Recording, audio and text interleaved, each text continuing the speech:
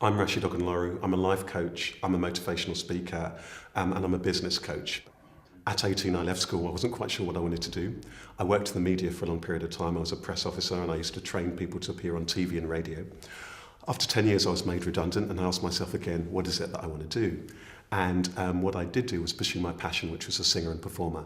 I intended to be more successful than Seal. It didn't happen. But what did happen was that I met lots of singers and performers who struggled with life balance, confidence, etc. So I retrained as a coach with the intention to work with creatives to help them take charge of their own lives, their own destinies.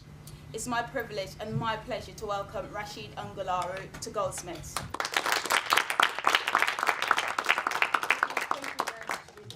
Along the way, in between all of that stuff, I was also a Samaritan volunteer and I was a co-director of the Central London branch of the Samaritans. And that really does inform a lot of the work that I do. First of all, help people be in tune with themselves within and then help them look at where it is that they wanted to be in the world. The journey is often tougher. The journey is often more uncertain if you're a creative. Many people know that it can take many, many years to train, to get your career established, to kind of find your way and so on. And you need to be able to have downtime. You need to be thinking about what it is that makes you happy as well as just creating your work. And sure, we may well enjoy what we love and we may well put a lot of time into what it is that we love. But actually, if we're not also taking care of ourselves, our health, our well-being and friends and family, then those things may not well be there to serve us when we need them, when our career does kick off.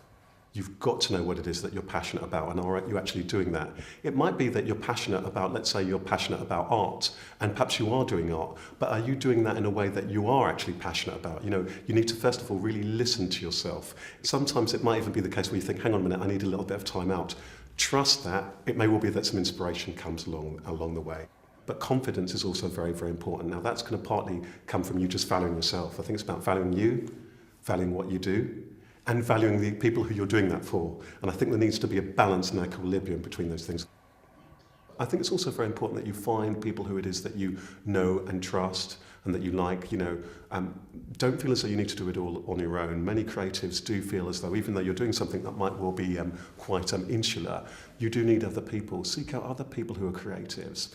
Find out other people who can support you. Find other people who are more advanced in their career. Ask them for their advice. They'll give that to you. Don't feel as though you need to do it all by yourself. You might know other people who have got other good skills. You might be good with people. Somebody else might be good with technology. You might be needing to set up a website. Find those people. They can help you hugely. I think the world has changed hugely from when I was beginning my career. The kind of technology with the internet, things that the kind of Ideas Tap are doing is putting all sorts of creative people in touch with one another, supporting them. The world has completely changed. Utilise those things. Use the social networks. Use your own networks. You're going to need to use a kind of holistic approach. But I think also, above all, you know, use your creativity. We are creatives.